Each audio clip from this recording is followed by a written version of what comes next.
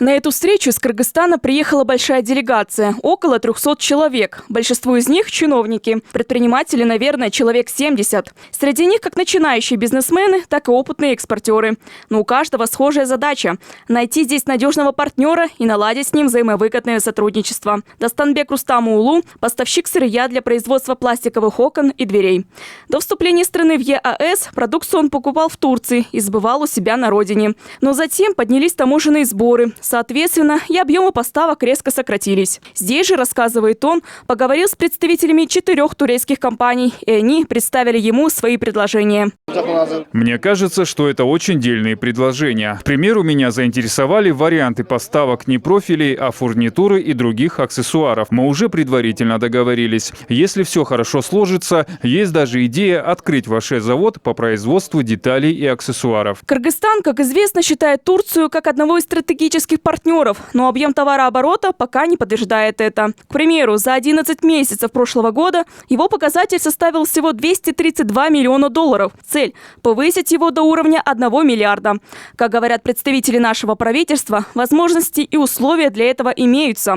Во-первых, у нас очень низкие налоги, а во-вторых, членство Кыргызстана в Евразийском союзе открывает для турецких инвесторов огромный рынок. В Кыргызстане самая либеральная налоговая система. К примеру, налог на добавленную стоимость всего 12%. Подоходный налог и налог на прибыль всего 10%. Более того, мы планируем поэтапно убрать сборы с продаж. Это доказательство наличия конкуренции среди всех стран региона. Кыргызско-турецкий бизнес-форум в этом году проходит уже в 4-й раз. И, как говорят его участники, прежние встречи, как правило, ограничивались лишь тем, что турецкие партнеры представляли свою продукцию. В этот раз, по словам организаторов, постарались создать не просто площадку для рекламы товаров, а для поиска новых возможностей. Им не интересен наш рынок. Они через нас хотят пробиться на рынки Казахстана и России. Если сравнить, у нас население всего 6 миллионов, а население Казахстана и России вместе составляет около 200 миллионов человек. Разумеется, это возможность увеличить объем продаж продукции того же текстиля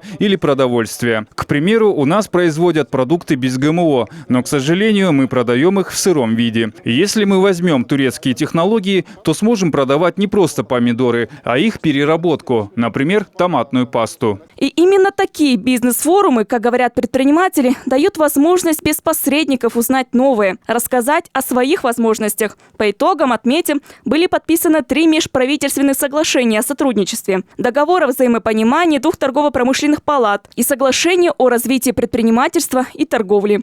Анастасия Соболева, Мээрим Ташибекова, Алтынбек Каныбекуулу, НТС.